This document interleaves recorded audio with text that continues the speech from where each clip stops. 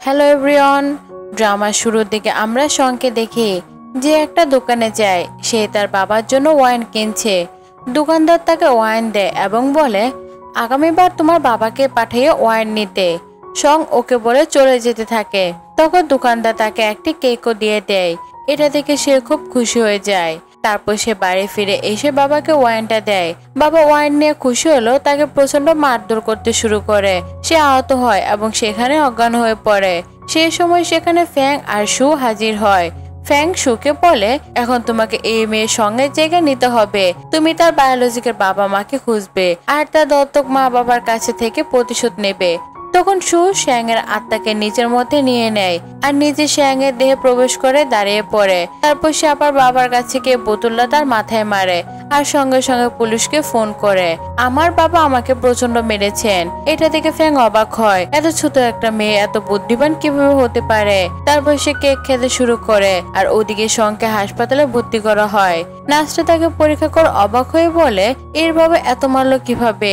কিছুক্ষণ পর তারা বাইরে বেরিয়ে গেলে পুলিশ অফিসার বলে তোমরা অপেক্ষা করো, আমি তোমার মাকে ফোন করি। সে মাকে ফোন করে বলে আপনার স্বামী আপনার মেয়েকে প্রচন্ড মেরেছেন, সে হাসপাতালে ভর্তি। কিন্তু মা ফোন কেটে দেন। এটা দেখে অফিসারও অবাক হয় এবং সেখান থেকে চলে যান। ওদিকে মা প্রচন্ড রেগে বলেন ওর তো এমন কিছু হয়নি যে হাসপাতালে ভর্তি করতে হবে। তারপর সে বলে আন্টি তোমার কাছে আছে না, তোমার ব্যথা লাগছে না, নিজেকে ভালোভাবে দেখো। এদিকে সং সেখান থেকে পালানোর চেষ্টা করে কিন্তু ফ্যাং তাকে আটকায়। আমি তোমাকে যেতে দেব না যতক্ষণ না তোমার মা এখানে আসে। সং তাকে দ্রুত পালিয়ে যায়। ওদিকে শান তার মায়ের ভয়ে দৌড়ে পালাচ্ছিল। তার মা পেছনে যায়। হঠাৎ শান এবং সং একে অপরের সঙ্গে ধাক্কা খায়, দুজনে মাটিতে পড়ে যায়। মা এসে সংকে দেখে সে প্রচন্ড আহত, শরীরে অনেক দাগ। তারপর সং অজ্ঞান হয়ে যায়। মা তাকে কুড়ে তুলে নিয়ে ডাক্তারের কাছে নিয়ে যায়। ডাক্তার পরীক্ষা করে বলে এই বাচ্চাটাকে প্রচন্ড মারা হয়েছে, তাই তার অবস্থা এত খারাপ, অন্য কোনো সমস্যা নেই। এটা শুনে মা ভীষণ রেগে যায় যারা সংকে মেরেছিল তাদের উপর। তখন চ্যান বলে মা যখন এই মেয়েটা ভালো হয়ে যাবে আমি ওকে আমার বোন বানাবো, সে আমার সঙ্গে আমাদের বাড়ি যাবে। মা ডাক্তারকে জিজ্ঞাসা করে এর বাবা মা কোথায়। ডাক্তার বলে পুলিশ ওকে এনে এখানে রেখেছিল কিন্তু এখানে আর কেউ তাকে দেখতে আসেনি, এমনকি বিলটাও কেউ পরিশোধ করেনি। মা বলেন বিলটা আমি দেব আর মেয়েটা আমার সঙ্গে সং পরিবারে যাবে। ওদিকে সং এর জ্ঞান ফিরে আসে। ফ্যাং বলে তোমার এসব করার দরকার কি ছিল। সং বলে আমি জানি সে সং এর বায়োলজিক্যাল মা আর আমি প্রতিশোধ নিব, কারণ আমি শ্যাংকে কথা দিয়েছি তার জীবনটা সুন্দর করব। এখন আমি আর পিছু হটবো না। এটা শুনে ফ্যাং খুব রেগে যায়। ঠিক তখনই মিস সং আর শাং এসে পড়ে। মা জিজ্ঞাসা করে তুমি ভালো আছো, ব্যথা লাগছে না তো। সং বলে না, কিন্তু আমার বাবা আমাকে খুব মেরেছে। আমার বাবা ড্রিঙ্ক করে এবং জুয়া খেলে, আমার মা বাড়িতে থাকেন না। এই কথা শুনে মা খুবই দুঃখিত হন। ঠিক তখনই কিয়া এসে বলে মা এই মেয়েটাকে। তারপর সে শংকে অপমান করতে থাকে। মা তাকে খুব বকুনি দেয়। তখন আন্টি এসে বলে তুমি কেমন মা, তোমার মেয়ে এত যন্ত্রণায় আছে আর তুমি অন্য মেয়ের কথা ভাবছো, তুমি আগে তোমার মেয়েকে দেখো। আন্টি সঙ্গের কাছে ছুটে গিয়ে বলে আমি তার বায়োলজিক্যাল মা, আমি ওকে আমার সঙ্গে নিয়ে যাব। তারপর সে জোর করে সঙ্গে নিয়ে চলে যায়। মা তো মোটেও পছন্দ করেন না। তিনি শানকে বলেন যাও দেখো আন্টি সে বাচ্চাটাকে কোথায় নিয়ে যাচ্ছে। ওদিকে আন্টি থানায় ফোন করে জানতে পারে যে তার স্বামী 1 সপ্তাহের জন্য গ্রেফতার করা হয়েছে। এটা শুনে তিনি খুব রেগে যান এবং সঙ্গে খুব বকাঝকা করেন। তারপর কিছু টাকা দিয়ে বলে এই নাও কিছু খেয়ে নিও, আমাকে হাসপাতালে যেতে হবে। এই বলে সে দ্রুত চলে যান। ফ্যাং বলে দেখলে তুমি সং ফ্যামিলিতে যেতে পারোনি, আমি তো আগে তোমাকে বলেছিলাম এটা হবে না। সং বলে তুমি চিন্তা করো না, তুমি জানো সং ফ্যামিলির মেয়ের হাতে একটা দাগ আছে যা তুমি আমার হাতেও দেখতে পারো। আমি কিছু করি আর না করি সং ফ্যামিলিতে অবশ্যই ফিরবো। এদিকে আবার সঙ্গে হাসপাতালে ভর্তি করা হয় আর আন্টি তখন কেয়ার পাশে বসেছিল। কিয়া বলে মা আপনি এখন এই নোংরা মেয়েটাকে নিয়ে ভাবছেন, আমি তো আপনার মেয়ে, আপনার তো আমার কথা ভাবা উচিত। দেখুন আন্টি আমার কত যত্ন নিচ্ছে। তখন কেউ আন্টিকে বলে আমার জামা বদলাতে হবে, আপনি কি আমাকে কিছু জামা কাপড় এনে দিতে পারেন। আন্টি সঙ্গে সঙ্গে বেরিয়ে যায়। এদিকে সঙ্গের খুব ক্ষুধার্ত ছিল, তাই বাইরে কিছু কিনতে যায়। তখন আন্টি তাকে দেখে ফেলে। সে বলে তুমি গ্রামের মেয়ে, বুঝি না তুমি কখন আমার কথা শুনবে, চলো আমার সঙ্গে চলো, আমি তোমাকে হাসপাতালে দেখতে চাই না। সে সঙ্গে টেনে নিয়ে যায়। ওদিকে মার কাছে শান আসে এবং বলে আপনি যে মেয়েটির কথা বলছিলেন আমি তার খোঁজ পেয়েছি, সেও একই হাসপাতালে ভর্তি আছে। মা দেখে যে সেই মেয়েটির হাতে একই রকমের জন্মদাগ আছে, এটা দেখে তিনি বিস্মিত হয়ে তাকে খুঁজতে বের হন। এদিকে আন্টি প্রচন্ড রেগে গিয়ে শংকে মারতে যাচ্ছিলেন, ঠিক তখনই মা সেখানে এসে পৌঁছায়। মা দৌড়ে সঙ্গের কাছে গিয়ে বলে, ভালো হয়েছে আমি সময়ের মধ্যে এসে গেছি, না হলে আন্টি তোমার কি করতো কে জানে। তখন সঙ্গের হাতে সে একই দাগ দেখতে পায়। ফ্যাং বলে, এই তো কাজ শেষ। মা আন্টিকে বলে, সত্যি কি এই মেয়েটা তোমার বায়োলজিক্যাল মেয়ে? কে জানে কেন আমার মনে হচ্ছে এটা আমারই মেয়ে। তিনি বলেন, আমি এখনই ডাক্তারকে ফোন করব এবং তার ডিএনএ টেস্ট করাবো। এটা শুনে আন্টি দ্রুত ক্ষমা চাইতে থাকে। আপনি কেউর সঙ্গে এমন করবেন না, আপনি যদি করেন সে খুব কষ্ট পাবে, আপনাকে বুঝতে হবে বিষয়টা। মা বলে, না আমি এখন পরীক্ষা করে ছাড়বো। তারপর তিনি ডাক্তারকে ফোন করে থাকেন। ফ্যাং আবার শংকে বলে, এভাবে করো না, যদি তোমার প্লট বদলে যায় তাহলে মনে রেখো আমরা দুজনে মারা খাবো, সবকিছু থামাও। তারপর শ্যাং মাকে থামিয়ে বলে, আমার বাবা আমার মাকে প্রচন্ড মারতেন, তার কারণে এই দাগ হয়েছে, এটা কোনো জন্মদাগ নয়। মা বলে, ঠিক আছে। শং বলে, মা যদি আমি আপনার মেয়ে হতাম তাহলে আমি খুবই খুশি হতাম। মা বলে, এখন শং পরিবারে এই মেয়েটিকে দত্তক নেওয়া হবে। আন্টি বলে, দয়া করে এটা করবেন না, আপনি কেউর সঙ্গে এমন করতে পারেন না। তখন মা তাকে সরে যেতে বলে এবং চাকরি থেকে বরখাস্ত করে। এখন আমাদের আর তোমার প্রয়োজন নেই। এটা বলে মা শংকে কুলে তুলে নেয় এবং আন্টিকে বলে, এই ধরনের কাজ তুমি আর কখনো করবে না, এখানে সিসিটিভি ক্যামেরা লাগানো আছে, সেটা মনে রেখো। তিনি শংকে নিয়ে সেখান থেকে চলে যান। তারপর মা আর শং দুজনে গাড়িতে বসে। মা বলে, এখন তুমি আমাকে কি বলে ডাকবে? শং বলে, এখন থেকে আমি আপনাকে মা বলে ডাকবো। ওদিকে শান এই কথাটা কিয়াওকে বলে দেয়। কিয়াও খুব রেগে যায়, মা এই অদ্ভুত মেয়েটাকে আমাদের কাছে কেন আনছে, আমি তাকে বোন বলতে পারি না। তখন শান একটি পরিকল্পনা করে, যা শুনে কিয়াও খুব খুশি হয়। কিছুক্ষণ পর মা আর শং বাইরে ফিরে আসে। মা বলে, আজ থেকে ও তোমার বোন, তোমার ভালোভাবে খেয়াল রাখবে। কিয়াও তখন শংকে মেনে নেয়। এটা থেকে মা খুব খুশি হয়। তারপর মা অফিসে চলে যায় আর মেট শংকে ঘর দেখাতে নিয়ে যায়। শং বিশ্রাম নিচ্ছিল, ঠিক তখনই ফ্যাং আসে। সে বলে, তোমার কি ভয় করছে না? শং বলে, না, এই সাপটা দেখে আমার একটু ভয় করছে না, আমি এটা খুব পছন্দ করি। এদিকে কেউ চ্যানকে জিজ্ঞেস করে, তুমি কি প্ল্যান করেছো? চ্যান বলে, আমি তার বিছানার নিচে একটা সাপ রেখেছি, এখন দেখবে সে কি করে লাফিয়ে উঠে। কিছুক্ষণ পর শং প্রস্তুত হয়ে রুমে আসে। কেউ বলে, চ্যান তোমার প্ল্যানটা ফেল হয়েছে। এটা শুনে চ্যান অবাক হয়ে যায়। তারপর কেউ শ্যাংকে বকাঝকা করে বলে, তুমি এখান থেকে চলে যাও, আমি তোমার বোন নয়, আমাকে আর কখনো সিস্টার বলে ডাকবে না। শং শান্তভাবে বলে, ঠিক আছে, তাহলে আমি তোমাকে একটা জিনিস দেখাই। সে একটা সাপ বের করে দেখায়। এটা থেকে কেউ ভয় পেয়ে উঠে, কাঁদতে শুরু করে। চ্যানের অ্যাসিস্ট্যান্ট এসে তাকে শান্ত করে। তারপর চ্যান অ্যাসিস্ট্যান্টের কানে একটা প্ল্যান বলে দেয় আর অ্যাসিস্ট্যান্ট দ্রুত বেরিয়ে যায়। কিছুক্ষণ পর শং ফিরে এসে কিয়াওকে বলে, আমি দুঃখিত, আমি ওই সাপটা দূরে ফেলে এসেছি, দয়া করে এখন কেঁদো না। তখন কিয়াও আর বাকিরা বলে, তুমি যাও, গিয়ে খেয়ে নাও। শং ডাইনিং টেবিলে বসে, তার সামনে অনেকগুলো খাবার আনা হয় যেগুলো খুবই পোকামাকড়। অ্যাসিস্ট্যান্ট বলে, আমরা সাধারণত এগুলোই খাই, তোমাকেও এটা খেতে হবে। চ্যান আর কিয়াও সেটা দেখছিল। শং বিনা ভয়েসেই সেটা খেতে শুরু করে। এটা দেখে তো সবাই হতবাক হয়ে যায়। কিয়াও এসে বলে, তুমি একদম মনস্টার, বলে দ্রুত চলে যায়। অ্যাসিস্ট্যান্ট অবাক হয়ে জিজ্ঞেস করে, তুমি এসব কিভাবে খেতে পারলে? শং হাসি দিয়ে বলে, তুমি জানো এগুলো দারুণ সুস্বাদু, এরকম জিনিস আমি জীবনেও খাইনি।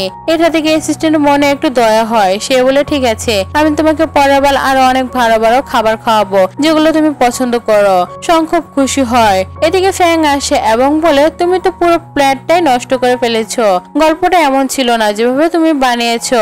শং বিছানায় গিয়ে বলে, সরি, আমি তো তোমার কথা শুনতে আগ্রহী নয়, আমার এখন খুব ঘুম পাচ্ছে, বলে সে ঘুমিয়ে পড়ে।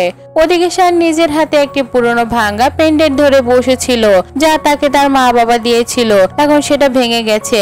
ঠিক তখনই শং আসা, জিজ্ঞেস করে, কি হয়েছে, এই পেন্ডেন্টটা কি তোমার খুব পছন্দের ছিল? শান রাগে বলে, দয়া করে আমার ব্যাপারে মাথা ঘামিও না, বলে সে পেন্ডেন্টটা ফেলে রেখে চলে যায়। শং সেটা তুলে নেয়, ফ্যাংকে ডেকে বলে, এটা জোড়া লাগানোর চেষ্টা করো, আমাদের এটা ঠিক করা দরকার। ওদিকে কেউ শানকে একটি নতুন পেন্ডেন্ট উপহার দেয়। যখন শান রুমে ফিরে আসে, সে দেখে তার আসল পেন্ডেন্ট পেন্ডেন্টটা সেখানে পড়ে আছে। শ্যান বল এটা কিভাবে জোড়া লাগাতে পারে আর কে এটা ঠিক করলো। তারপর ওর মনে পড়ে যায় যখন সে পেন্ডেন্টটা ফেলে চলে যাচ্ছিল তখন সং সেটা তুলে নিচ্ছিল, তাই ও বুঝে যায় এটা সঙ্গে ঠিক করেছে। ওদিকে সং যখন স্কুলের জন্য রেডি হয়ে বাইরে বেরোয় তখন শান ওর সামনে পড়ে যায়। শান ওকে ধন্যবাদ দেয় আর বলে ধন্যবাদ, তুমি আসল পেন্ডেন্টটা আমার জন্য ঠিক করে দিয়েছো। আমি চেয়েছিলাম তুমি ওই বাড়ি থেকে চলে যাও, তার জন্য আমাকে ক্ষমা করো। সং বলে কোনো সমস্যা নেই, তুমি তো শুধু কেউকে তোমার বোন মনে করো, হয়তো সেই কারণে এমনটা করেছিলে। শান জিজ্ঞেস করে তোমার খারাপ লাগছে না? সং বলে না, আমার এখন ব্রেকফাস্ট করতে যেতে হবে। এই কথা বলে সে তাড়াতাড়ি চলে যায়। তারপর সবাই একসাথে ব্রেকফাস্ট করছিল। তখন মা শুধু শ্যাংয়ের দিকে মনোযোগ দিচ্ছিল।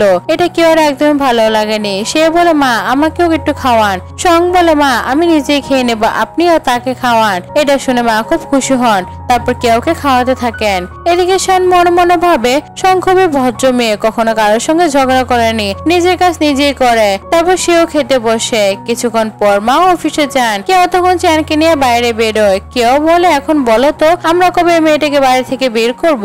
চ্যান বলে এগুলো নিরর্থক কথা, আমার কাছে এগুলো কোনো কথা বলবে না। ও আমাদের বোন, ও আমাদের সাথে থাকবে। কেউ বলে কোনো সমস্যা নেই, আমি দিদিমাকে ফোন করছি, উনি রাস্তায় আছেন, কিছুক্ষণের মধ্যেই চলে আসবেন। এখন সঙ্গের বিষয়ে কি করতে হবে সেটা দিদিমায় বলবেন।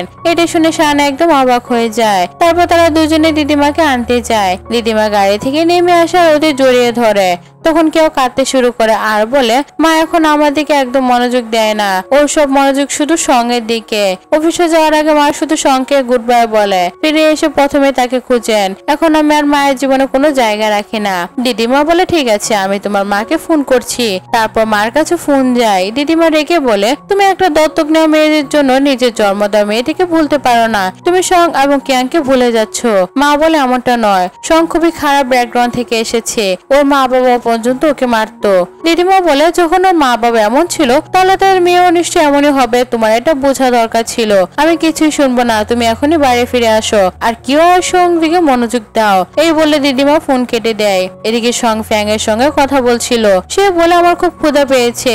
ফ্যাং বলে তাতে আমি কি করব, তোমার এত বড় বাড়ি আছে, গিয়ে কিছু খেয়ে নাও। ঠিক তখন শান দৌড়ে আসে আর বলে কেউ দিদিমাকে ফোন করেছে, উনি এখানে তোমাকে পরীক্ষা করতে এসেছেন, সাবধানে থেকো, যদি পরীক্ষা ফেল করো উনি তোমাকে ফেরত পাঠিয়ে দেবে। তুমি আমার ফ্রেন্ডে ঠিক করেছিলে, তাই ভাবলাম আমিও তোমাকে একবার সাহায্য করি, এই কথা ভুলো না। এই বলে শান চলে যায়। তারপর সং ফ্যাংকে বলে আমি জানি তুমি নিশ্চয়ই জানো দিদিমা কি করতে যাচ্ছেন, কিন্তু তুমি আমায় কিছু বলবে না, ঠিক আছে? আমি নিজেই জেনে নেব। এদিকে দিদিমা কাজ করছিলেন। সং ওনাকে দেখে ফেলে। দিদিমা শাংকে দেখে ফেলেন। তারপর ভান করেন যেন তার পিঠে ব্যথা করছে।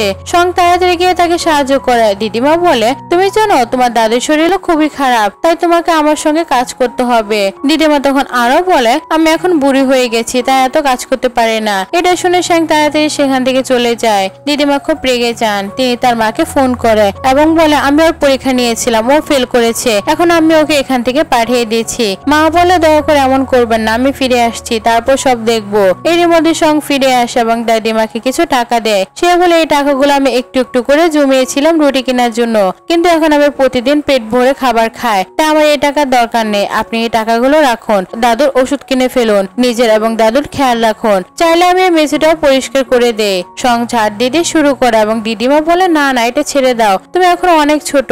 সং বলে আপনি বুড়ো হয়েছেন, কিন্তু আমার তো এখন অনেক শক্তি আছে, আমি কাজ করতে পারি। দিদিমা বলে না, তুমি সং পরিবারের মেয়ে, তোমার এটা মনে রাখা উচিত, তুমি আমার কাজ করবে না। তারপর সং দেখে মা এসেছে। মা বলে দিদিমা আপনি কি ওকে পাঠাননি?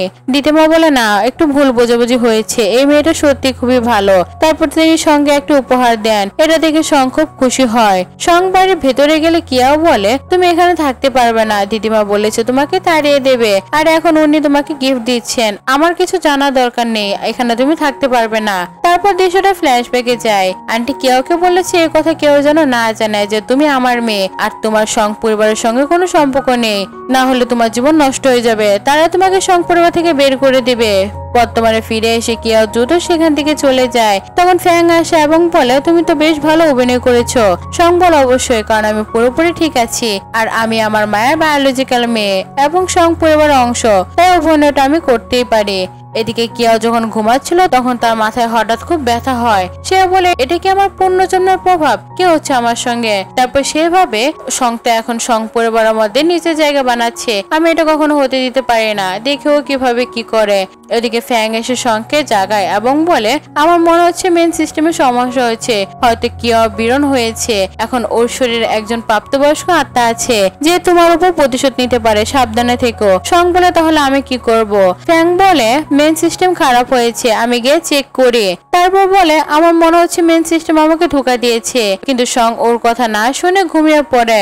সকালে দিদিমা কিয়াওর সঙ্গে ছিলেন, তখন সং সেখানে আসে। সং কিয়াওকে দেখে বলে আমার মনে হচ্ছে কিয়াও বদলে গেছে, মানে ফ্যাং ঠিকই বলেছিল। তারপর সে দিদিমার কাছে গিয়ে বলেন আপনি কেমন আছেন। দিদিমা বলে আমি একদম ভালো আছি। তারপর সং অ্যাসিস্ট্যান্টের কাছ থেকে স্যুপ নিয়ে আসে এবং দিদিমাকে দেয়। দিদিমা স্যুপ খাওয়ার সঙ্গে সঙ্গে অজ্ঞান হয়ে যায়। মা দৌড়ে আসেন, তখন কেউ বলে এইসব সঙ্গের দোষ, ওই সব করেছে। মা বলে আমি সঙ্গের ওপর বিশ্বাস করো, ও এমন কিছু করতেই পারে না। তারপর সবাই হাসপাতালে যায়। ডাক্তার বলেন যে ওষুধ দেওয়া হয়েছিল তার প্রভাব খুব মারাত্মক, দ্রুত অপারেশন না করলে আর কোনো উপায় নেই। এটা শুনে মা চিন্তায় পড়ে যান, আর কেউ শুধু সংকেই দোষ দিচ্ছিল। এরপর আন্টি আসে এবং বলে সবই এই মেয়েটার কারণে হয়েছে, ওকে অনাথ আশ্রমে পাঠিয়ে দাও, দেখবে সব ঠিক হয়ে যাবে। মা বলে না, সং কোথাও যাবে না। তখন সং বলে আন্টি আপনি কি জানেন আপনি মা হতে চলেছেন, আপনার ছেলে মেয়ে দুজনে হবে। আন্টি চমকে বলল তুমি কি বলছো, এটা কিভাবে সম্ভব। তিনি বিশ্বাস করেন না। শরীর খারাপ, ডাক্তার যান। তখন শ্যাং নিজের হাত দিদিমা চিকিৎসা শুরু করেন। কেউ সবকিছু দেখছিল। ডাক্তার এসে বলে দিদিমার বাঁচার সম্ভাবনা খুব কম। তখন কেউ বলে সব সঙ্গে দোষ, ও দিদিমার সঙ্গে খুব খারাপ করেছে। মা কাঁদতে শুরু করে। হঠাৎ দিদিমার জ্ঞান ফিরে আসে। দিদিমা বলে আমি এখন একদম ভালো আছি, অনেক ভালো লাগছে। ডাক্তার চেক করে বলে সব ঠিক আছে। দাদিমা বলে আমার প্রাণ বাঁচিয়েছে শ্যাং, তিনি খুব খুশি হন। মা শ্যাংকে ধন্যবাদ দেয়। তারপর ডাক্তার আন্টি রিপোর্ট দেখে বলেন জি আপনি মা হতে চলেছেন আর আপনার টুইন্স বেবি হবে। এটা শুনে আন্টি একদম চমকে যায় এবং শ্যাংকে ধন্যবাদ দেয় যে তুমি আগেই বলেছিলে। তখন কেউ বলে আগের জন্মে তো আন্টির কোনো সন্তানই হয়নি, ভিতরে এমন কি হচ্ছে, সবকিছু তো বদলে গেল কিভাবে। ওদিকে দিদিমাও সঙ্গে ধন্যবাদ দেন, সবাই খুব খুশি হয়। কিছুক্ষণ পর যখন তারা সবাই বাড়ি ফিরে আসে তখন কেউ ভাবে আমাকে কিছু একটা ভাবতে হবে।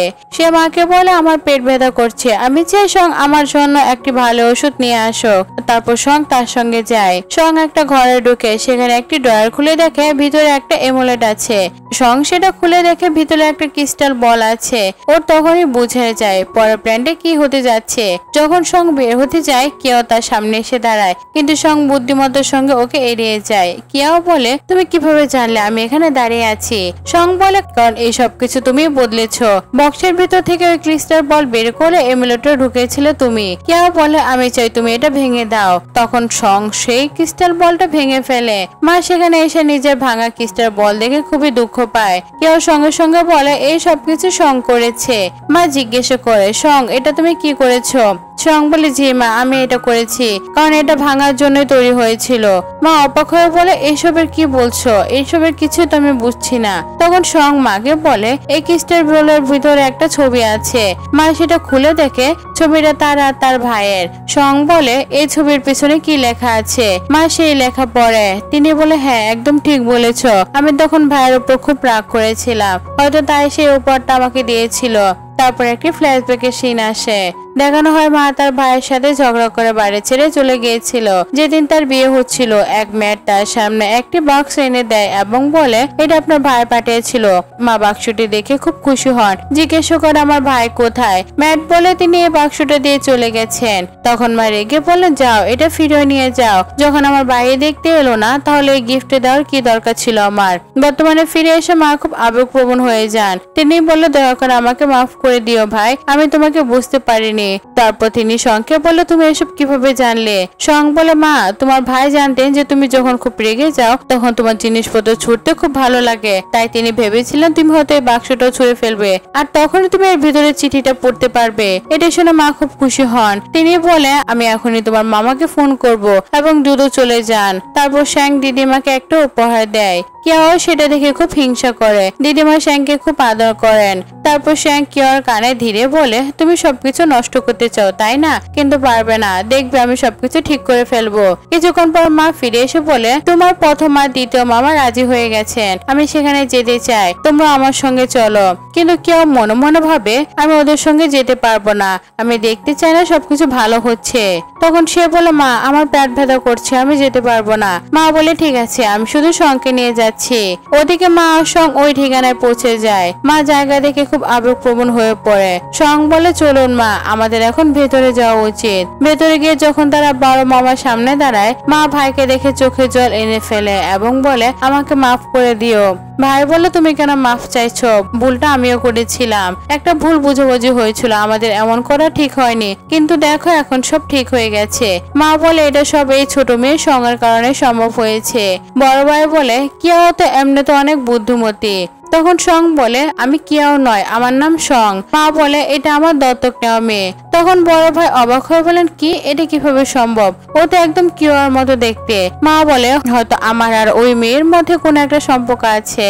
তিনি বলেন, সব বাদ দাও, আমাকে বলো আমার দ্বিতীয় ভাই কোথায়, তার কি হয়েছে, সে কি ঠিক আছে? বড় ভাই চুপ হয়ে থাকেন। তখন সন জিজ্ঞেস করে, দ্বিতীয় মামার সঙ্গে কি কোনো সমস্যা হয়েছে? মা অনুরোধ করে বলে, প্লিজ আমাকে সব সত্যি বলো, আমার দ্বিতীয় ভাই কোথায়? বড় ভাই তখন তাকে একটি ঘরে নিয়ে যায়। সেখানে দ্বিতীয় ভাই অজ্ঞান অবস্থায় শুয়ে আছে। তিনি বলে, 3 বছর আগে একটি দুর্ঘটনা হয়েছিল, তখন থেকে তিনি এই অবস্থায় আছেন, তার শরীর ঠিক আছে কিন্তু কোনো উন্নতি হচ্ছে না। এটা দেখে মা খুব কষ্ট পান। সঙ্গে সঙ্গে ফ্যাংকে ডেকে বলে, মূল সিস্টেমটা ঠিক মতো কাজ করছে না, তাই তুমি আমার দ্বিতীয় মামাটাকে সুস্থ করে দাও। ফ্যাং বলে, ঠিক আছে আমি করছি। কিছুক্ষণ পর দ্বিতীয় মামার শরীর থেকে কালো জাদু ধোঁয়া বেরোতে শুরু করে। ওদিকে শ্যাং একটা পেন্টিং মাটিতে ফেলে দেয়। মা বলে, কোনো সমস্যা নেই, আমি তুলে দিচ্ছি। তিনি যখন সেটা তুলেন তখন বলেন, এই তো সেই ছবিটা যেটা আমার বিয়ের সময় আঁকা হয়েছিল, এটা এখানে কি করছে? তখন সং তাকে একটা কাগজ দেয়। বড় ভাই সেটা পড়ে বলে, এটা তো দ্বিতীয় ভাইয়ের জন্ম তারিখ। তিনি অবাক হয়ে বলেন, এইসব কি হচ্ছে? মাও খুব চিন্তায় পড়ে যান। দ্বিতীয় ভাই বলেন, চিন্তা করো না, আমি সবকিছু তদন্ত করব। তারপর সবাই একসঙ্গে দৌড়ে আরেক জায়গায় যায়। বড় ভাই একটা শোপিস দেখিয়ে বলেন, এই তো সেই জিনিসটা, অনেকদিন ধরে এটা এখানে আছে, মনে হচ্ছে এটাকে বোঝানো হয়েছিল। মা শোপিসটা তুলে ছুঁড়ে ফেলে ভেতর থেকে একটি কাগজ পড়ে। ওর ভিতরে বড় ভাইয়ের জন্ম তারিখ লেখা ছিল। মা বলে, আমার মনে হচ্ছে এই সবই ব্ল্যাক ম্যাজিকের প্রভাব, আমি এখনই কাউকে ফোন করছি। তো বন্ধুরা, কারা কারা ব্ল্যাক ম্যাজিক বিশ্বাস করে অবশ্যই কমেন্ট করে জানাও। আমি তো ব্ল্যাক ম্যাজিক অবশ্যই বিশ্বাস করি। ঠিক তখনই সং সেই কাগজ ছিঁড়ে ফেলে। মা বলে, তুমি এটা কি করলে? এগুলো তো আমাদের প্রমাণ ছিল, তুমি এগুলো ছিঁড়ে ফেললে। সং বলে, চিন্তা করো না, এর ভিতরে যা খারাপ ছিল সব শেষ হয়ে গেছে, এখন সব ঠিক হয়ে যাবে। ঠিক তখন একজন সহকারী দৌড়ে এসে বলে, দ্বিতীয় ভাইয়ের জ্ঞান ফিরে এসেছে। সবাই খুব খুশি হয় এবং দ্রুত সেখানে যায়। এদিকে এক লোক ঘুম থেকে ওঠে, তার মোবাইলে কি ওর ভয়েস নোট আসে। সে বলে, এখানে সব গন্ডগোল হয়ে যাচ্ছে বাবা, তুমি জানো কি, আমার মা আর দিদিমা দুজনে ওই সং নামের মেয়েটাকে লাকি স্টার ভাবছে। তারা আমার দিকে একদমই খেয়াল করছে না, আমার মায়ের কাছেও ফিরতে পারছি না, আমাকে কিছু করতে হবে। লোকটা বলে, ঠিক আছে আমি তোমার জন্য কিছু করছি। ওদিকে মা, বড় ভাই এবং সং তিনজনে দ্বিতীয় ভাইয়ের কাছে পৌঁছায়। মা তাকে জাগানোর চেষ্টা করে। তখন ডাক্তার বলে, ওনার মানসিক স্থিতি খুবই দুর্বল, তাই এখনো পুরো জ্ঞান ফিরেনি, তবে বিপদ কেটে গেছে, খুবই শীঘ্রই উনি পুরোপুরি সুস্থ হয়ে যাবেন। এটা শুনে মা খুব খুশি হন। তিনি সঙ্গে ধন্যবাদ দেয় এবং বলে, তোমার কারণে সব ঠিক হয়ে গেছে, আমার ভাইও এখন ভালো। বড় ভাই বলেন, সে সত্যি একটা লাকি স্টার, আমাদের পরিবারে এসে একের পর এক সমস্যার সমাধান করে দিচ্ছে। এই মেয়েটার সঙ্গে অনেক ভালো কিছু হবে নিশ্চয়। কিছুক্ষণ পর মা সঙ্গে সঙ্গে যখন বের হতে যাচ্ছিলেন, বড় ভাই বলেন, তোমরা পরের বার আবার আসবে, আমি অপেক্ষা করব। মা হাসি দিয়ে বলেন, ঠিক আছে। সে বলে, কিন্তু যদি সেকেন্ড বার দ্বিতীয় ভাইয়ের জ্ঞান ফিরে আসে তাহলে আমাকে তাড়াতাড়ি ডাকবেন, আমি ওর সঙ্গে দেখা করতে চাই। এই কথা বলে সে চলে যায়। অন্যদিকে বাবা এসে কেয়ার সঙ্গে দেখা করে আর খুব খুশি হন। তারপর দাদি বলে, আমাদের বাড়িতে একটা নতুন মেয়ে এসেছে, সে আমাদের জন্য সৌভাগ্য তারকা হয়েছে, সে দেখতে খুবই মিষ্টি মেয়ে। এমন সময় মা আর শ্যাং দুজনে আসে। বাবা মায়ের সঙ্গে দেখা করে সে খুব খুশি হয়। মা বলেন, আমি একটা বাচ্চা মেয়েকে দত্তক নিয়েছি। বাবা বলে, এই মেয়েটির চেয়ে তোমার নিজের মেয়েটিকে বেশি মনোযোগ দাও। মা বলে, তুমি জানো দ্বিতীয় ভাইয়ের উপর কেউ কিছু মন্ত্র পড়েছিল, যার কারণে 3 বছর ধরে তিনি অচেতন ছিলেন, কিন্তু সঙ্গের কারণে সব ঠিক হয়ে গেছে। এই কথা শুনে বাবার মুখে তেমন খুশি দেখা যায় না। তিনি বলে, ঠিক আছে আমি রুমে যাচ্ছি, খাবার তৈরি হলে ডাকবে। তারপর তিনি ক্যাংকে নিয়ে চলে যায়। মা মনে মনে ভাবে, আমার ভাইয়ের জ্ঞান ফিরে আসার খবর শুনে উনি খুশি হলেন না কেন? নিশ্চয়ই এর মধ্যে কোনো সমস্যা আছে। তারপর মা শ্যাংকে নিয়ে রুমে চলে যান। শ্যাং বলে, মা আপনি দেখছেন বাবা কি রিয়েকশন দিল? আমার মনে হয় কিছু গোলমাল আছে। মা ভাবে, গত কয়েক বছর হলে আমার দুই ভাই অনেক কষ্ট পেয়েছে, কিন্তু আমার স্বামীর ব্যবসা এই সময়ে খুব উন্নতি করেছে, নিশ্চয়ই কোনো সন্দেহজনক ব্যাপার আছে। এই ভেবে তিনি বাইরে যান। এমন সময় ফ্যাং এসে বলে, তুমি তোমার নিজের বাবা মায়ের এত দূরত্ব তৈরি করছো, এটা ভালো না। তুমি বাবার সঙ্গে এমন করছো কেন? সং বলে, আমাকে বলো বাবা আমাদের আত্মীয়দের সঙ্গে কি এমন করলো? বাবার কোনো অভাব নেই, উনি তো শুধু ক্যাংকে ভালোবাসে, আমাকে না। তাহলে ওদের জীবনের শেষ যদি খারাপ হয় তা আমি কি করতে পারি? সে ফ্যাংকে বলে, তুমি এতে আমাকে সাহায্য করবে। অন্যদিকে মা বাবাকে বলে, যেদিন থেকে আমার ভাইরা অসুস্থ হয়েছিল তোমার ব্যবসা খুব ভালো চলছিল। বাবা বলে, এই কেমন কথা? তুমি জানো আমি কত পরিশ্রম করি, তাই তো এটা সম্ভব হয়েছে।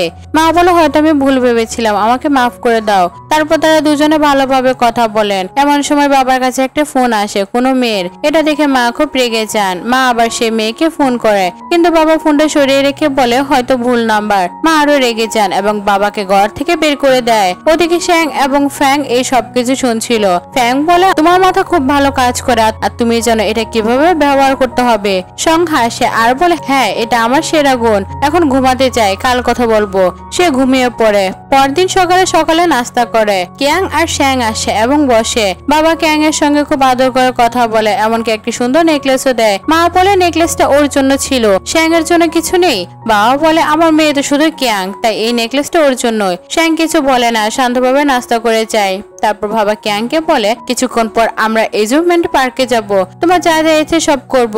বাবা সঙ্গের দিকে তাকান, সে এখনো চুপচাপ খাচ্ছে। বাবা মনে মনে বলেন, এই মেয়েটার ভিতর অনেক ধৈর্য আছে। তারপর বাবা চলে যান আর সং ফ্যাং এর দিকে তাকে ইশারা করে। সে বলে, আমি করব।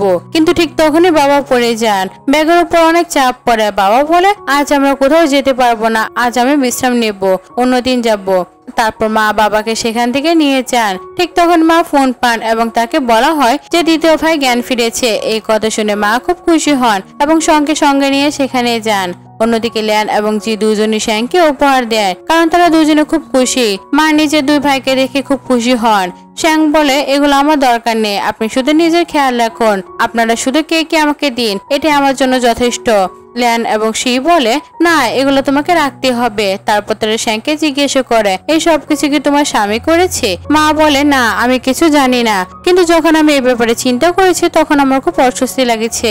আমি তাদের জিজ্ঞেস করেছি এবং সবকিছু বলেছি যে আমার ভাই এখন পুরো ঠিক আছে, কিন্তু তার কোনো প্রতিক্রিয়া দেখিনি। তাদের প্রতিক্রিয়া একেবারে সাধারণ ছিল, আমি মনে করি না সে এটা করেছে। তারপর মা আর তার দ্বিতীয় ভাই সেখান থেকে চলে যান। ল্যান এবং সং একে অপরের সঙ্গে কথা বলতে শুরু করে। ল্যান বলে, চলো আমি তোমাকে আমার কোম্পানি নিয়ে যাই।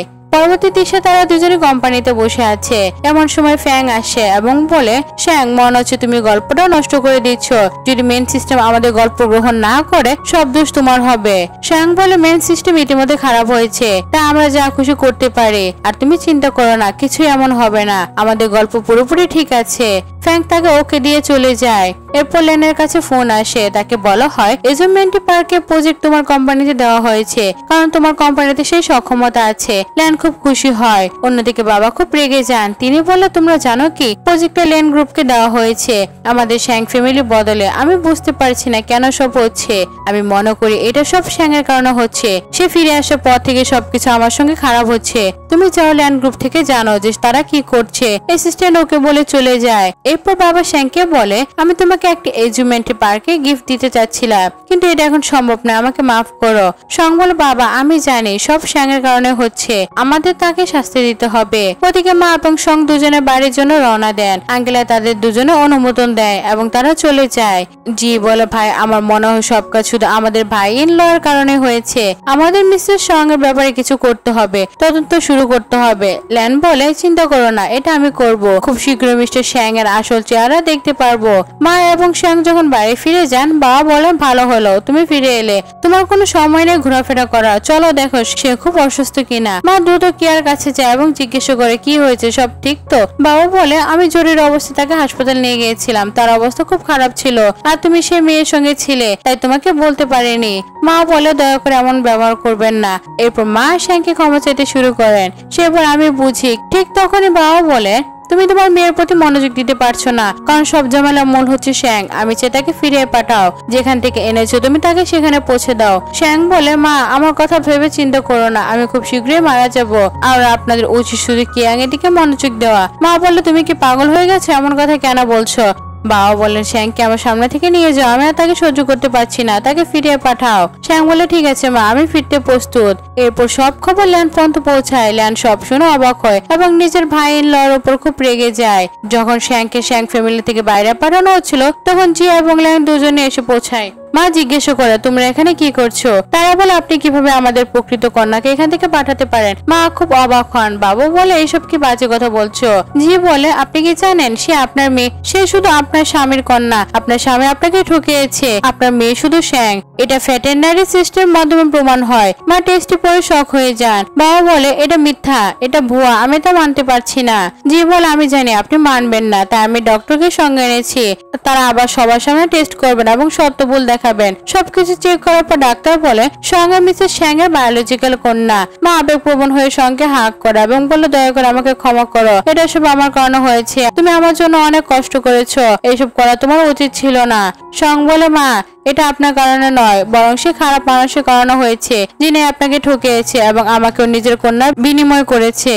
মা খুবই দুঃখিত হয়ে কাঁদতে থাকে। তিনি বলে, হ্যাঁ তুমি ঠিক বলেছ, তোমার সাহস কিভাবে হলো? যখন সে আমার কন্যা নয়, কেন তুমি তাকে আমার ফ্যামিলিতে এনেছিলে? আমার কন্যা কত কষ্ট করেছে, তুমি কি ভুলে গেলে এইসব কিছু? মা বলে, এটা হতে পারে না, আমি জানি সে আমার কন্যা। ডাক্তার বলেন, তার সঙ্গে কোনো রক্ত সম্পর্ক নয়, সে আপনার সন্তান নয়। এটা শুনে বাবা একদম হতবাক হয়ে যায় এবং শ্যাংয়ের কাছে ক্ষমা চাইতে শুরু করে। শ্যাং পাশে সরে যায়, চাইছি না বাবা তাকে স্পর্শ করুক। বাবা বলে, আমি ভুল করেছি, আমি জানতাম না তুমি আমার প্রকৃত কন্যা, দয়া করে আমাকে ক্ষমা করে দাও। তারপর ল্যান বলে, আমার বোনের সঙ্গে বিয়ের আগে আপনি অন্য কারোর সঙ্গে সম্পর্কে ছিলেন। বাবা বলেন, কিন্তু তা থেকে আমার কোনো সন্তান হয়নি, এটা তো তুমিও জানো। বিয়ের পর আমি আর কাউকে কাছে আনিনি। সং বলে, মা আপনাকে এক আন্টিকে চেক করতে হবে। এটি থেকে মা একটি ধারণা পান। এরপর শ্যাং ফ্যামিলির ভিতরে একটি আন্টি প্রবেশ করে। আন্টি বলে, তোমরা আমাকে এখানে কেন রেখেছো? মা বলে, একটি খুব জরুরি কাজের জন্য। মা তাকে জানান, সং আমার বায়োলজিক্যাল কন্যা এবং তুমি বলেছিলে সে তোমার কন্যা, কেন আমাকে মিথ্যা বলেছিলে? এটা শুনে আন্টি খুব ঘাবড়ে যান। ঠিক তখনই ডাক্তার আসে এবং জানান সে কি আন্টির কন্যা। এটা শুনে মা আরো বেশি অবাক হয়ে যান। ঠিক তখন তার বাবা আবার আন্টির গলা ধরেন এবং বলে, তোমার সাহস কি করে হলো? তুমি আমাদের শ্যাং ফ্যামিলি থেকে ব্লাইন্ড লাইট নষ্ট করেছো, তোমার কারণে আমি বুঝতে পারছি না কি আমার মেয়ে। এই সব কিছু করা তোমার সাহস তো কিভাবে হলো? তখন আন্টি অনেক বেশি ঘাবড়ে যায়। ড্যাড তাকে ধাক্কা দেন এবং আন্টি দ্রুত তার কন্যার কাছে চলে যায়। সে বলে, তোমরা কেন এমন করছো? মিস্টার সং, তুমি কি জানো যে আমি এটি সব তোমার প্রথম প্রেমিকের সঙ্গে মিলে করেছি? তিনি আমাকে আইডিয়া দিয়েছিল এবং কিছু টাকা দিয়েছিলেন যেন আমি এটা করি। এটি শুনে বাবা কিছুটা লজ্জিত অনুভব করে এবং আবার তাকে চড় মারে। মা বলে, এই সব কিছুর ব্যাখ্যার কোনো প্রয়োজন নেই, তোমার কারণে আমি আমার ভাই দিয়ে ছেড়ে দিয়েছি এবং সম্ভবত এটা আমার সবচেয়ে বড় ভুল ছিল। এখন আমি চাই তুমি এখান থেকে চলে যাও এবং আমার ফ্যামিলিতে যাতে কখনো প্রবেশ না করো। বাবা বলে, এটা কিভাবে সম্ভব? শ্যাং গ্রুপের মধ্যে আমারও শেয়ার আছে। মা বলে, কোন শেয়ার? মা একটি ফাইল দেখান এবং বলেন, এই ফাইলের উপর তুমি নিজেই সই করেছিলে, এই মানে তুমি তোমার সমস্ত শেয়ার আমার নামে ট্রান্সফার করে দিয়েছো, তাই শেয়ারগুলো তুমি পাওয়ার যোগ্য ছিলে না। এটা শুনে বাবা খুব অবাক হয়ে যান। ঠিক তখনই জিয়া আসে এবং তাকে একটি ফাইল দিয়ে বলে, এর উপরে সই করো এবং এখান থেকে চলে যাও। বাবা পালানোর চেষ্টা করে, জি তাকে ধরে রাখে আর লিন তার উপর বন্দুক ধরে রাখে। আজ আমি সব পরিকল্পনা করেছি আর তুমি পালাতে পারবে না, সবকিছু শালীন ভাবে করো এবং চুপচাপ চলে যাও, এটা তোমার জন্য ভালো। এরপর বাবা সে কাগজে সই করে এবং তাকে বাড়ি থেকে বের করে দেওয়া হয়। এটা দেখে বাবা অনেক রাগ অনুভব করে। মা বলে, এখন তোমার এখানে ফিরে আসার কোনো প্রয়োজন নেই। বিভিন্ন কাণ্ড শেষে মা এবং সং আবার একে অপরের কাছে আসেন এবং মা সঙ্গে ক্ষমা চাইতে থাকেন। দয়া করে আমাকে ক্ষমা করো, আমি তোমাকে চিনতে পারিনি এবং 5 বছর আমি তোমাকে ছেড়ে দিয়েছি, এটা আমার একদম উচিত ছিল না। সং বলে, কোনো সমস্যা নেই মা, ভবিষ্যতে দিনগুলো আমাদের অনেক ভালো কাটবে, সব ঠিক হয়ে যাবে, আমরা খুব সুন্দর ভালো জীবন কাটাবো। সেখানে সেকেন্ডে আন্টি শ্যান এবং গ্র্যান্ডমা এসে পৌঁছায়। গ্র্যান্ডপা বলে, আমার সবকিছু জানা হয়ে গেছে, আমি আশা করিনি যে আমার ছেলে তোমাকে কিভাবে ঠকাবে, মনে হয় আমি তাকে কিছু ভালোভাবে শেখাতে পারিনি, দয়া করে আমাকে ক্ষমা করে দাও। মা বলে, এটা আপনার কোনো ভুল নেই। ঠিক তখনই চ্যান বলে, আমার আঙ্কেল হয়তো ফ্যামিলি এসেনশিয়াল ঠিকমতো বুঝতে পারেনি, তার সমস্যাগুলো ঠিকমতো সমাধান হয়নি, কিন্তু আমি আপনাদের খুব ভালো যত্ন নেব। গ্র্যান্ডপা বলে, দেখো এখন আমার কাছে 2টি মেয়ে আছে এবং একটি নাতনি, অর্থাৎ আমাদের পুরো পরিবার কমপ্লিট হয়ে গেছে এবং এটি এখন নর্মাল পরিবার হবে। শ্যান জিজ্ঞেস করে এখন কি হবে। মা বলে আমি তাকে 5 বছর বয়সী পেয়েছি, আমি তাকে ছাড়তে পারিনি, কিন্তু যদি তাকে আমি এখানে না রাখতাম তাহলে শ্যাংয়ের সাথে একদমই ভালো হতো না, সে আরো বেশি কষ্ট করতো, তাই আমি তাকে আর ছেড়ে দিতে পারবো না। সং বলে শ্যান তুমি চিন্তা করো না, তুমি যখন চাও তুমি আমার সঙ্গে দেখা করতে পারবে, আমি জানি সে কোথায় থাকে, আমি তোমাকে জানাবো। চ্যান বলে না আমি তা করবো না, সে মোটেও ভালো নয়, সে আমার বোনের সঙ্গে যা করেছিল এবং তোমার ক্ষতি করার চেষ্টা করেছিল তাই আমি তার সঙ্গে ভালো হতে পারি না। এখন থেকে আমার শুধু একটি বোন আছে, সেটা তুমি, আর কেউ নয়। এরপর সবাই খুবই খুশি হয়, তাদের পরিবার কমপ্লিট হয়ে যায়। এরপর 3 মাস পর দেখা যায় শ্যাং এখনো ফ্যাংকে খুঁজছে, যেখানে সে তার জায়গা তৈরি করেছিল তখন থেকে ফ্যাংকে দেখেনি। সে সারাক্ষণ ফ্যাংকে খুঁজে বেড়াচ্ছে। সে বলে পতন হচ্ছে না, মেন সিস্টেম কি ভেঙে গেছে, হয়তো সে ঠিক করতে গিয়েছিল। ঠিক তখন ফ্যাং ফিরে আসে, সে বলে তুমি আমাকে মিস করছিলে কি? শ্যাং বলে তুমি কোথায় গিয়েছিলে, এতদিন তোমাকে দেখা যায়নি কেন?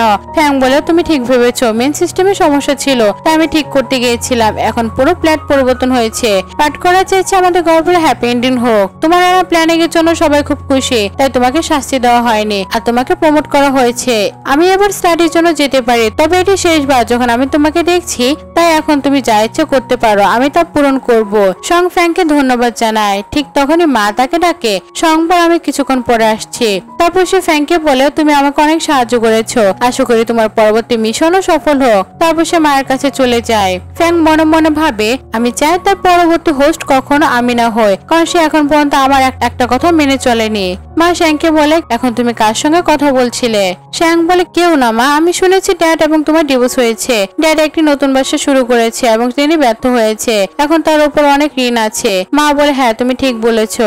আর এক কথা, তোমার ড্যাড তোমার গ্র্যান্ডপা আর আন্টির সঙ্গে দেখা করতে এসেছিলেন, কিন্তু তারা তাকে ইগনোর করেছে, কেউ তার সঙ্গে দেখা করতে চায়নি। সং বলে ঠিকই হয়েছে, তাদের সঙ্গে এমনও হওয়া উচিত, তারা আপনার সঙ্গে ভালো আচরণ করেনি। যারা মায়ের শিক্ষাতে শিক্ষিত হতে পারেনি তারা মোটেও ভালো ছেলে না। মা বলে হ্যাঁ আমি জানি, এখন তারা বুঝবে যে খুব দেরি হয়ে গেছে, এখন কোনো রিগ্রেট করার সময় নেই। ঠিক আছে সবকিছু ছেড়ে দাও, আমরা প্লেগ্রাউন্ডে যাবো এবং অনেক মজা করব।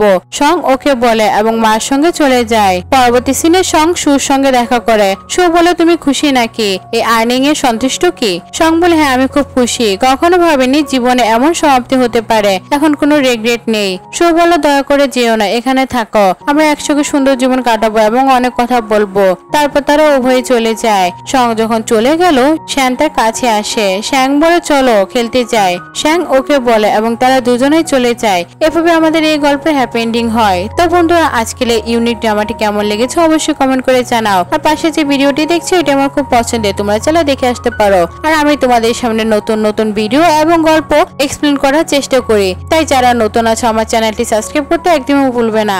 পরবর্তী ভিডিও আসা পর্যন্ত অপেক্ষা করো। আজকের মতো এখানেই বিদায় নিচ্ছি। Thanks for watching.